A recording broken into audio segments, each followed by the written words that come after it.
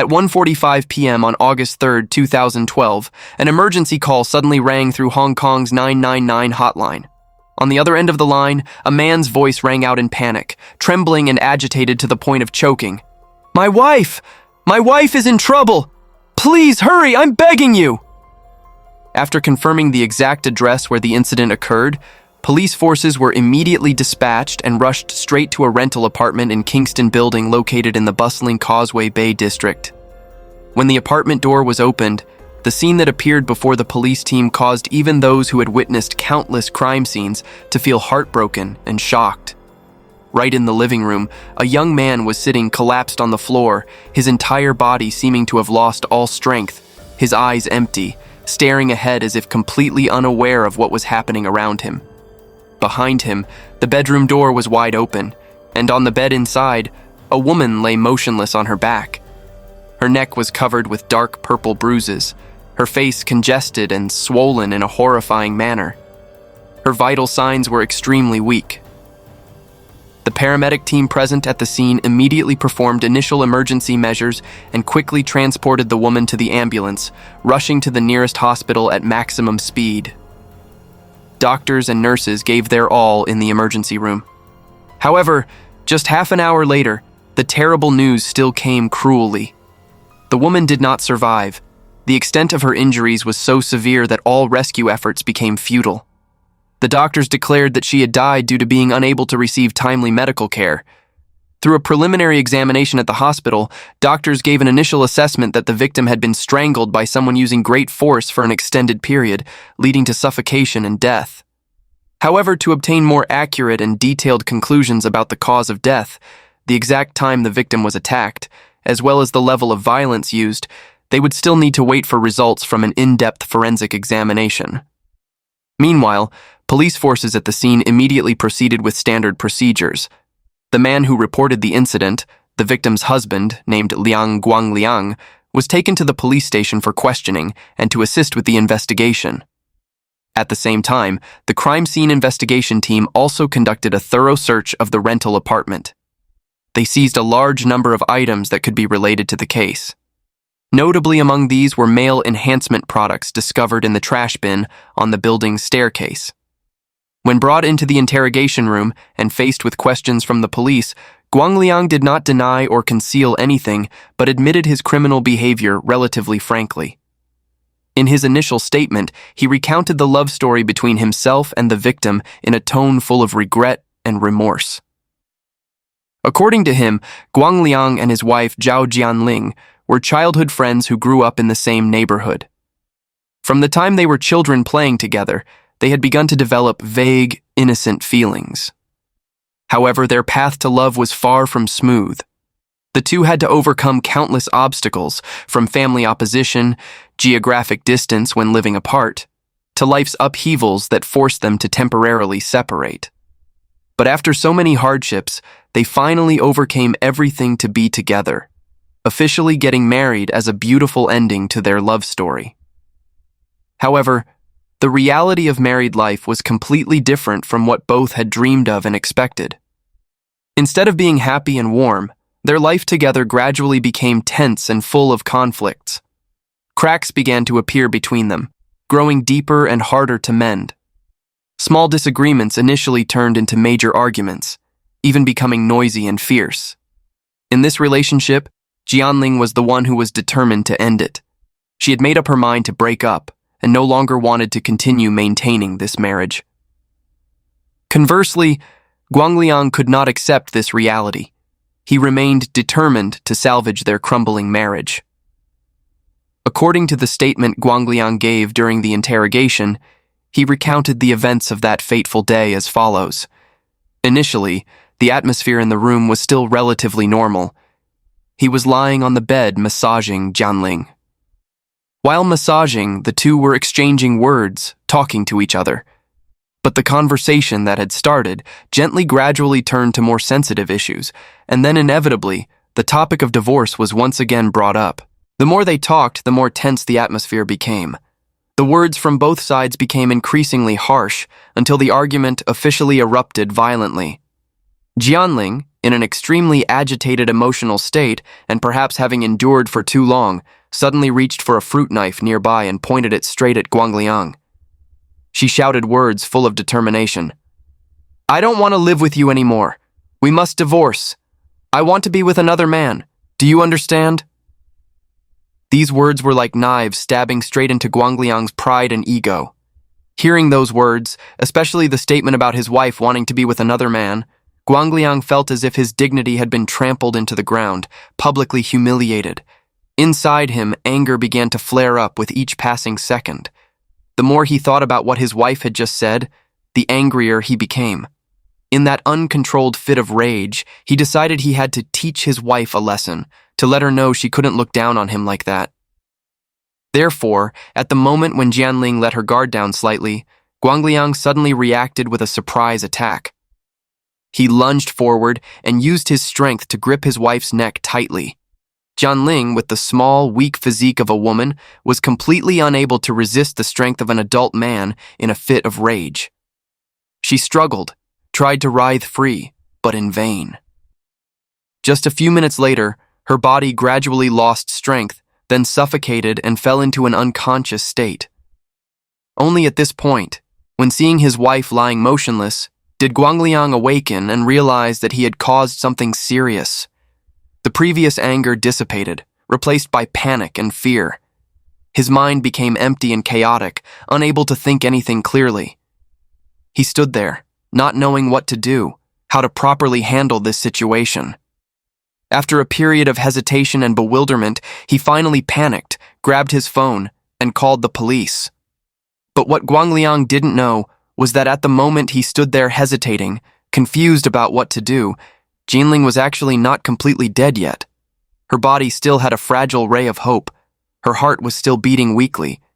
If only he had been calm and responsible enough to call for help from the very first moment, as soon as he realized his wife was in critical condition, instead of standing there thinking randomly and wasting precious time, it's very likely the rescue team would have arrived in time and saved Jianling's life.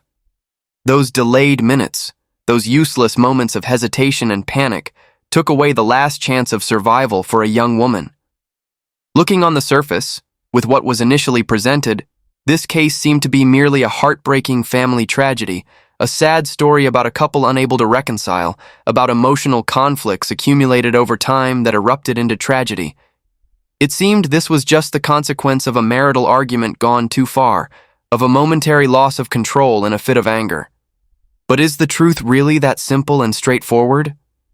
Or behind Guang Liang's seemingly honest statements, are there still important truths yet to be revealed? Dark corners not yet brought to light? When the investigation team began to dig deeper into the case, police discovered a shocking reality. Behind this case was not a simple relationship between a married couple, but an entire web of tangled emotions, much more complex than an ordinary love triangle. What Guang Liang told was only the tip of the iceberg. And he himself, the man who looked distressed and desperate when giving his statement, was absolutely not an innocent husband who simply wanted to keep his wife as he described.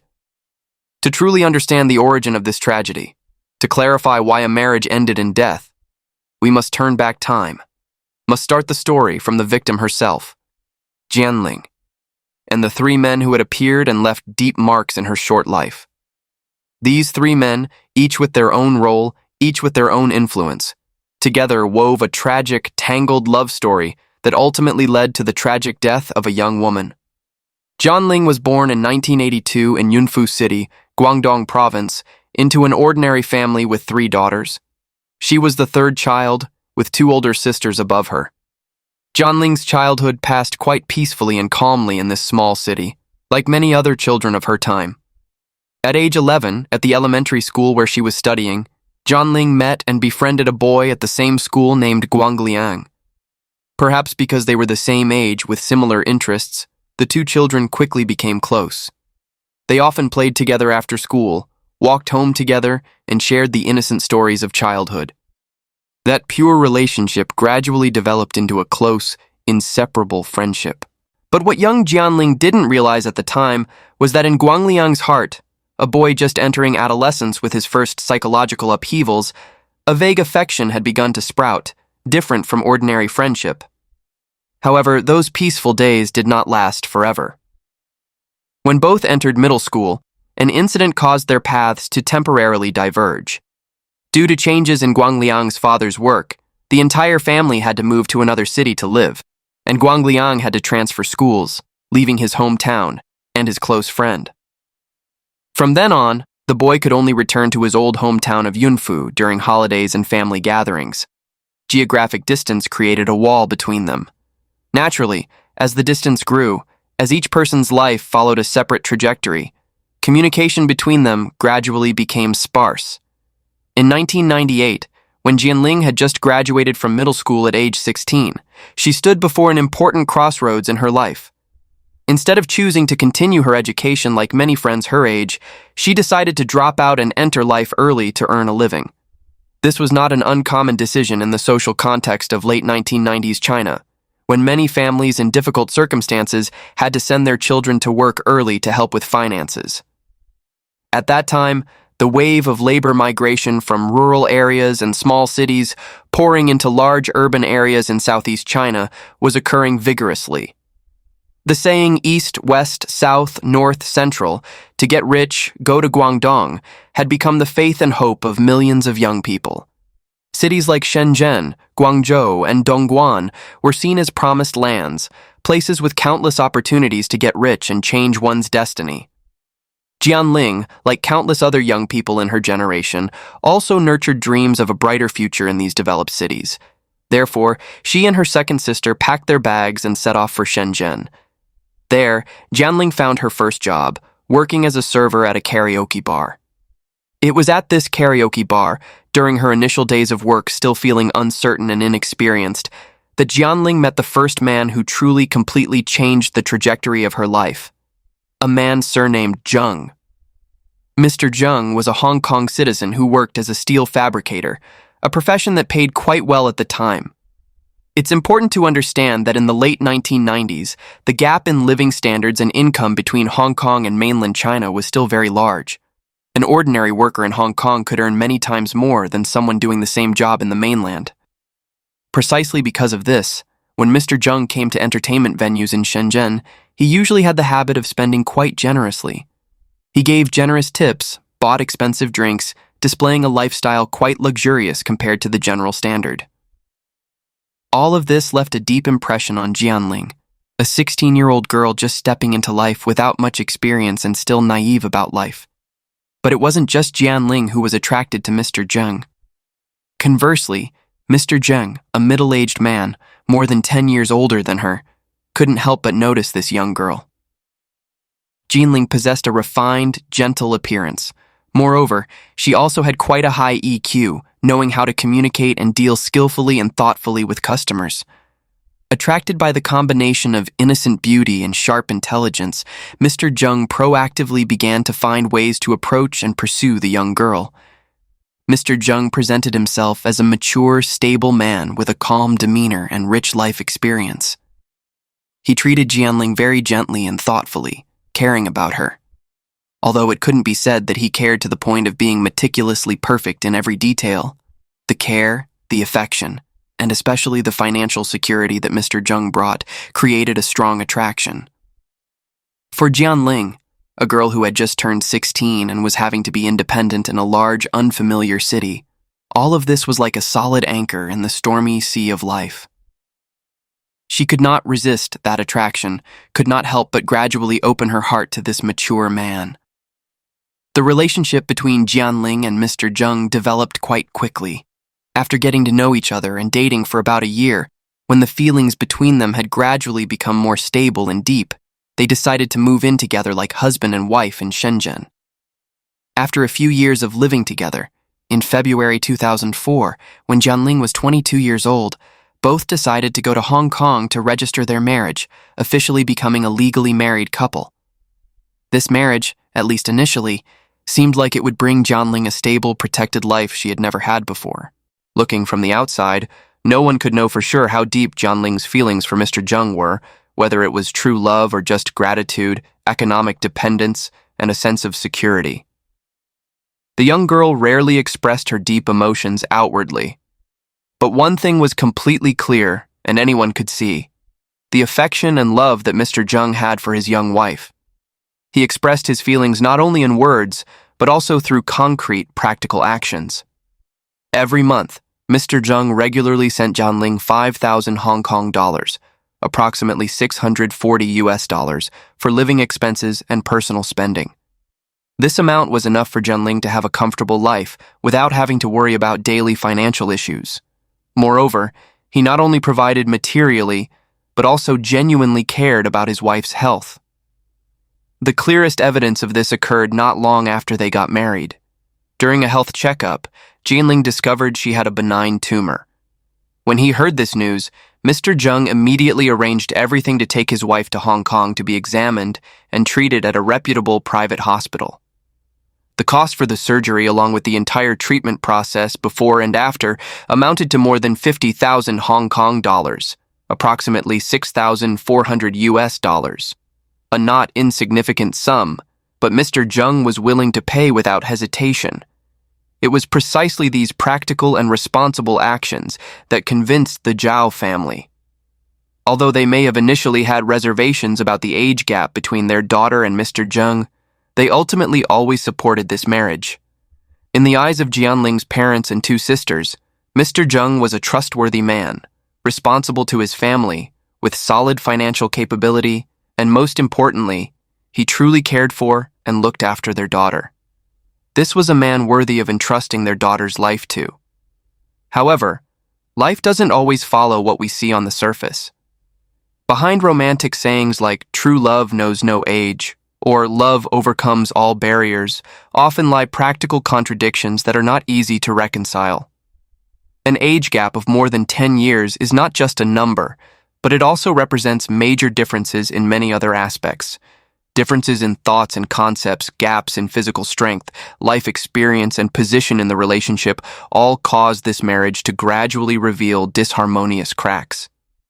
Whether Mr. Zhang realized the problems gradually emerging in his marriage, whether he sensed the implicit distance gradually growing between the couple, no one could know for sure. Perhaps he realized it, but chose silence, hoping time would heal everything. Or perhaps he was too busy making a living, too confident in the material stability he provided, so he didn't notice the subtle changes in his young wife's mood. But Jianling's actions in the following period proved that deep in her soul, there always burned a flame of desire to pursue excitement, novelty, intense emotions, things that the peaceful, calm, married life with Mr. Zhang apparently could not satisfy. And that flame had never truly extinguished. It was only smoldering, waiting for an opportunity to flare up again. That opportunity came in 2005, when Jianling had been married for over a year.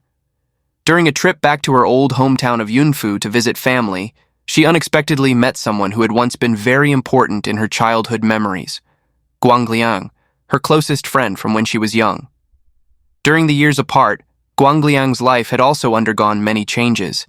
After leaving Yunfu to study elsewhere, he had developed his musical talent.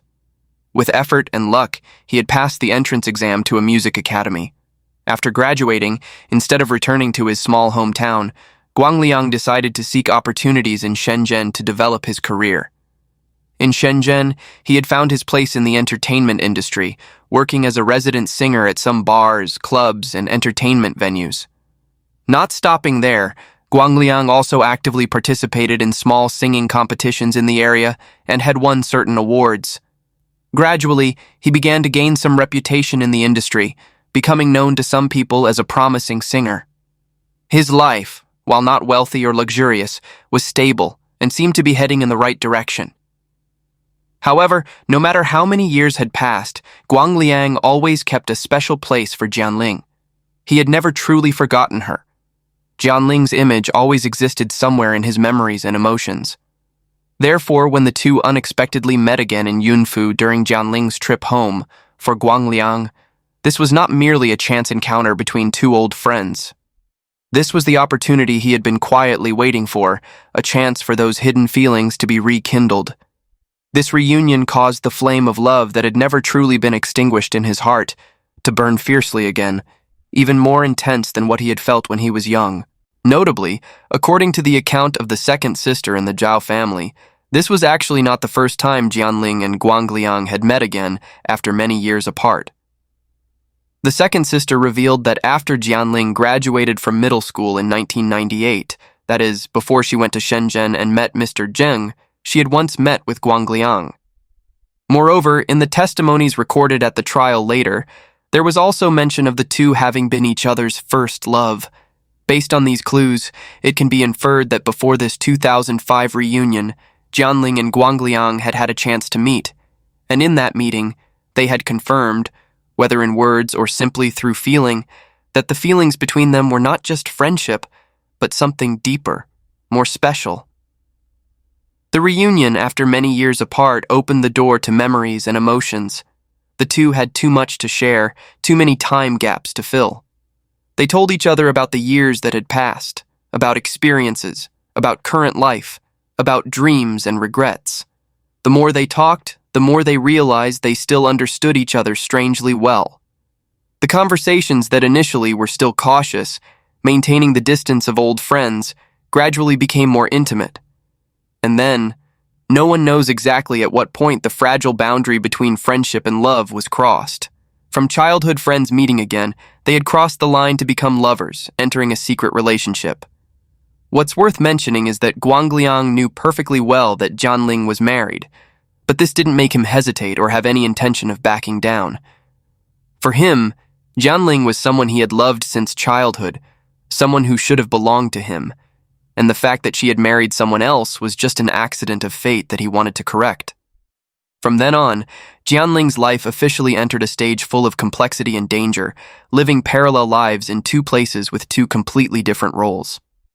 When in Hong Kong, she was Jianling, Mr. Zheng's gentle, obedient wife. But when returning to Shenzhen, she lived together like husband and wife with Guang, enjoying secret, intimate moments. This was where she found the excitement, the intense feelings that marriage with Mr. Zheng could not bring. However, such a deceitful life, no matter how attractive, could not last forever. Fate always finds a way to intervene, and in 2006, a major incident occurred, forcing this dangerous game to temporarily stop. Guang was arrested by police on charges of possessing prohibited substances. After the trial, he was sentenced to 4 years in prison. This was not a light sentence, meaning he would have to sit behind bars for a long time. With Guang going to prison, the secret, clandestine affair between him and Jianling had to end suddenly and reluctantly. Jianling, when she heard this news, was extremely heartbroken and devastated. But life had to go on, and she had no other choice. In the following year, 2007, Jianling seemed to have temporarily settled down and tried to return to a normal married life with Mr. Zheng. Perhaps she thought she should accept reality, should become a good wife, live a peaceful life like everyone else. But beautiful scenery, as the proverb often says, doesn't last long. Jianling's life seemed destined to be tangled and complex. In May 2007, just 1 year after Guang went to prison, a new incident occurred.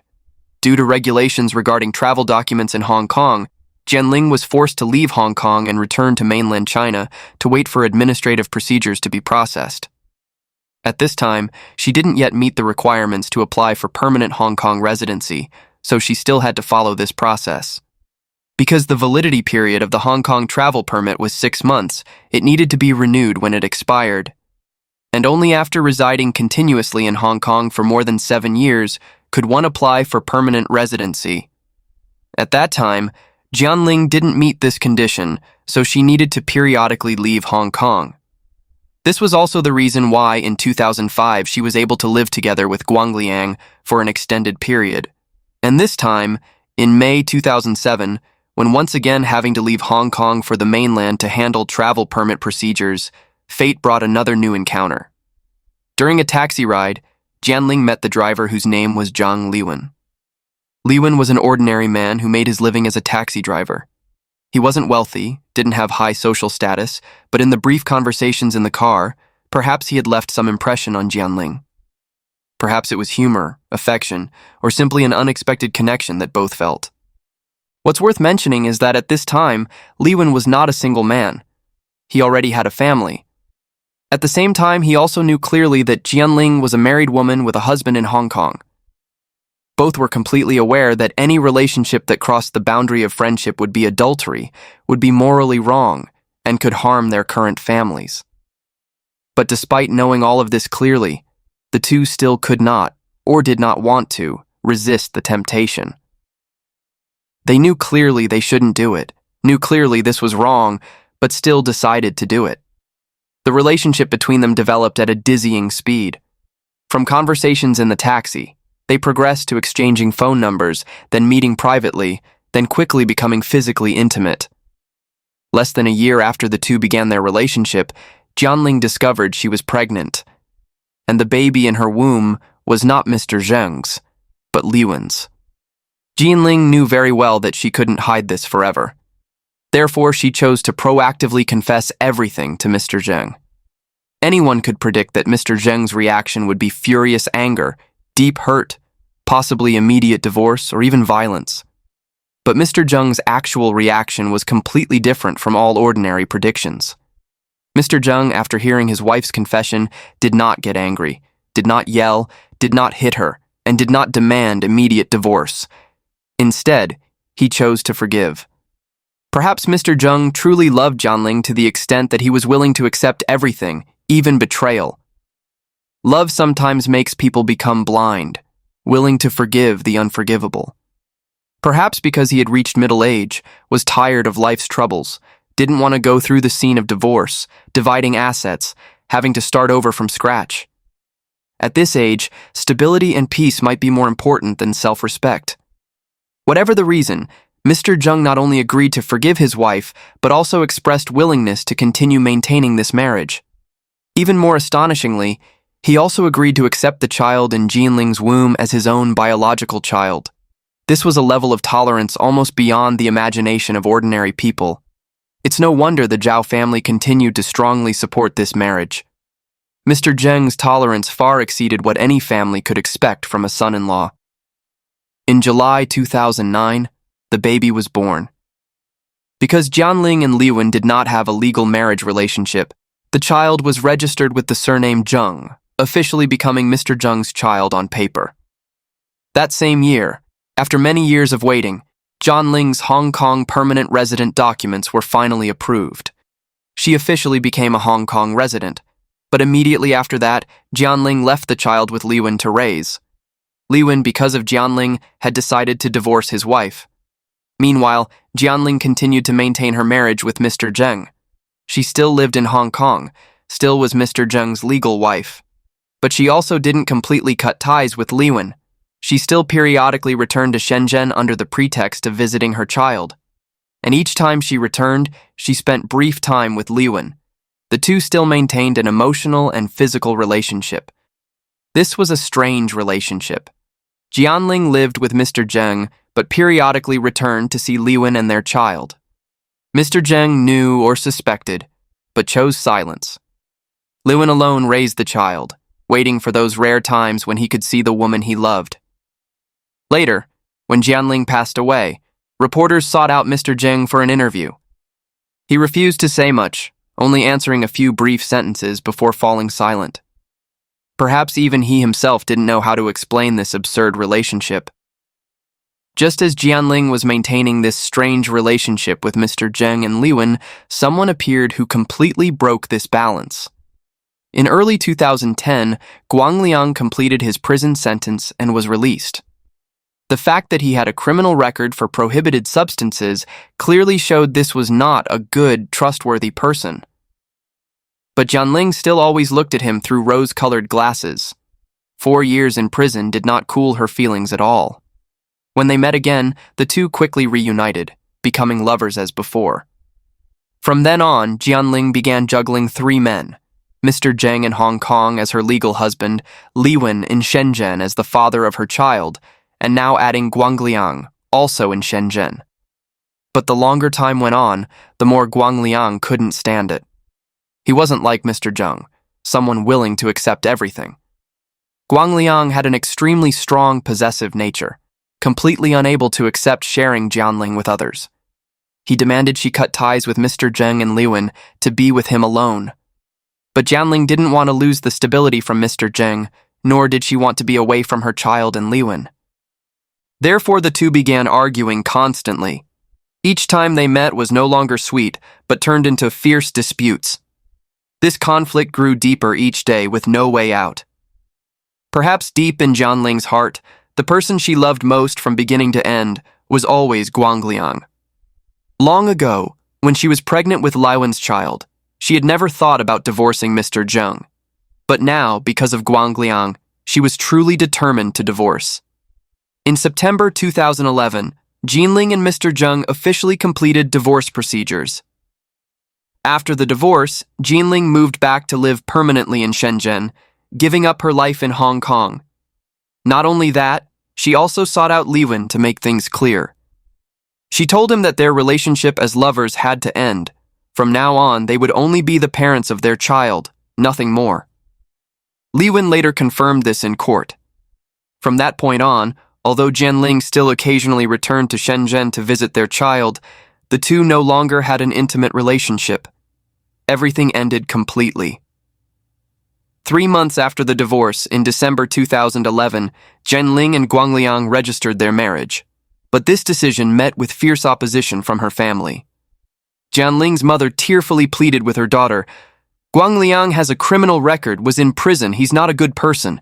Don't marry him." The two sisters also tried to stop her, saying he wasn't trustworthy and would make their little sister suffer. But Jianling was determined. She believed Guang Liang was the true love of her life, the person she had loved since childhood, the only person who made her heart truly beat. She was full of hope that after so many twists and turns, she and Guang Liang could finally be together, build a happy family, live a fulfilling life as they dreamed. Jianling thought that as long as she married Guang Liang and completely cut ties with Mr. Zheng and Liwen, everything would be fine. She thought that without those two men, Guang Liang would stop worrying, stop being suspicious, and their marriage would be peaceful and happy. But she was mistaken in thinking this way. This marriage from the very beginning had buried dangerous seeds, Guang Liang's violent and possessive nature, along with her tangled past. After marriage, Guang Liang didn't change at all. His suspicious, jealous nature remained the same, even worse. In early 2012, just a few months after the wedding, Jianling decided to move back to Hong Kong to live. Perhaps because she was used to life there, or because she wanted to find a better job. Guang Liang stayed in Shenzhen, continuing to work as a singer and other jobs. The married couple began living apart, one person in Hong Kong, one person in Shenzhen. They rarely saw each other, only occasionally meeting on weekends or holidays. This geographic distance didn't help improve the relationship, but conversely made everything worse. Guang Liang couldn't control what his wife was doing, who she was meeting, where she was. His suspicious psychology became increasingly serious. He always suspected Jianling was secretly meeting other men, was betraying him. In March 2012, Jianling returned to her old hometown of Yunfu. The reason was she wanted to visit her child living with Liwen. But in Guang Liang's mind, this matter was completely different. He immediately thought his wife was looking for an excuse to reconcile with her ex. He couldn't accept this. Immediately, Guang Liang left his work and went straight to Yunfu to catch his wife in the act. When he found Jianling, he didn't ask or discuss anything, but directly forced her to follow him back to Shenzhen immediately. The next day, Jianling's second sister and brother-in-law felt worried about their younger sister, so they decided to go to Guang Liang's residence in Shenzhen to see the situation. When they arrived, they knocked on the door continuously, but no one came to open it. After knocking for a long time with no movement, the brother-in-law grew more worried, thinking his sister-in-law might be in danger. He decided to kick the door down to enter. The scene inside startled them. Guang Liang wasn't home. Only Jianling was locked in the room. She couldn't go outside. Her arms were covered with bruises, her neck also red from being squeezed. When she saw her sister and brother-in-law, Jianling couldn't hold back anymore and burst into tears. She cried while cursing Guang Liang, saying he was heartless, not human. The second sister was both heartbroken and angry. She immediately advised her younger sister to divorce this violent man. But Jianling at that time hesitated, didn't dare decide immediately. Things got even worse when later, Leang sent threatening text messages to Jianling's second sister. He threatened her not to interfere in their marital affairs, or there would be consequences. In May 2012, the couple returned together to Yunfu to visit home. For some unknown reason, they argued again. Leang completely lost control. He used both hands to grab Jianling tightly, lifted her up, his mouth fiercely threatening. Fortunately, Jianling's mother was present there. The old woman loudly scolded him, and only then did Leang let go. After repeated instances of domestic violence and threats, Jianling finally awakened completely. She realized she had made a mistake marrying Leang and could no longer continue living in this violent marriage. In June 2012, she was determined to prepare for divorce. Perhaps fearing Leang would harm her son living with Liwen, or perhaps in her heart she still remembered Liwen and thought about reconciling with him. Whatever the reason, in July 2012, Jianling began processing documents for her son so the child could travel to Hong Kong multiple times. Her plan was to bring her son to settle in Hong Kong, away from Liang's reach. When Liang learned about this, he became even more certain that his wife was determined to divorce, and in his mind, thoughts arose that this was a conspiracy by the Zhao family and Liwen. He thought they were inciting his wife to leave him. Liang began acting frantically. He continuously contacted Liwen. First, he sent messages requesting to meet and talk.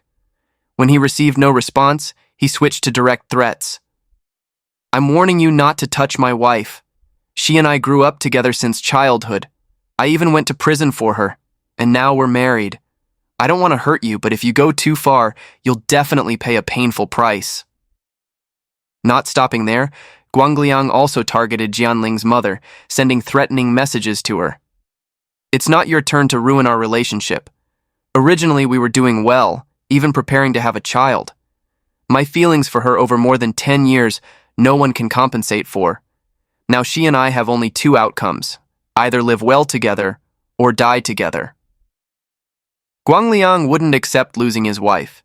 He made an appointment with Jianling that on August 3rd he would come to Hong Kong, and the two would sit down and talk properly, try to mend their marriage.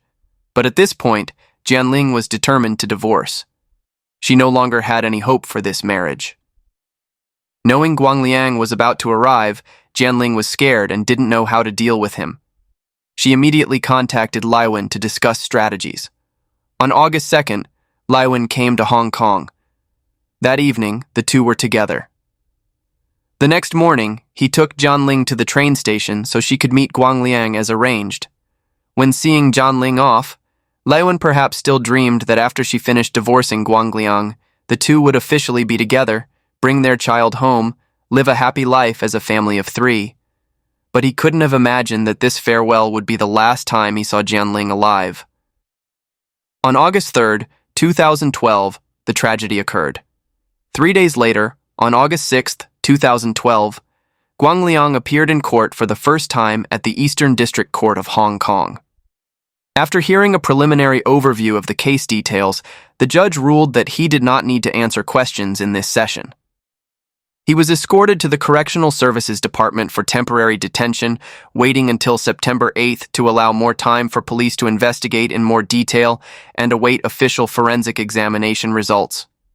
Later, the forensic examination report showed that the deceased had indeed died from strangulation and suffocation. There were minor scratches on her body, with the serious determination being that she was controlled from behind, caused during the struggle. The forensic examiner deduced that her suffocation process lasted 4 to 5 minutes. Based on this evidence, police officially charged Liang with murder. Facing the murder charge, Liang argued that it was only manslaughter. He claimed he was provoked by Jianling and struck out, with no intention to kill. But the prosecution countered that, as an adult male, Liang should reasonably have known clearly what consequences such actions would lead to. If he only wanted to discipline the other party, he couldn't possibly have waited until the person suffocated to death before stopping. After many interrogations, Guang Leang still denied the crime, and the prosecution immediately filed charges to the Hong Kong High Court. On March 6, 2014, during the trial at the High Court, Guang Leang began defending himself, trying to create a victim image. He said, "Jianling usually liked gambling, didn't want to work, and often returned to mainland China to meet her lover. I work as a resident singer and also hold the position of General Manager of Cultural Media Business Development with a monthly income of $2,500 to $3,200 US.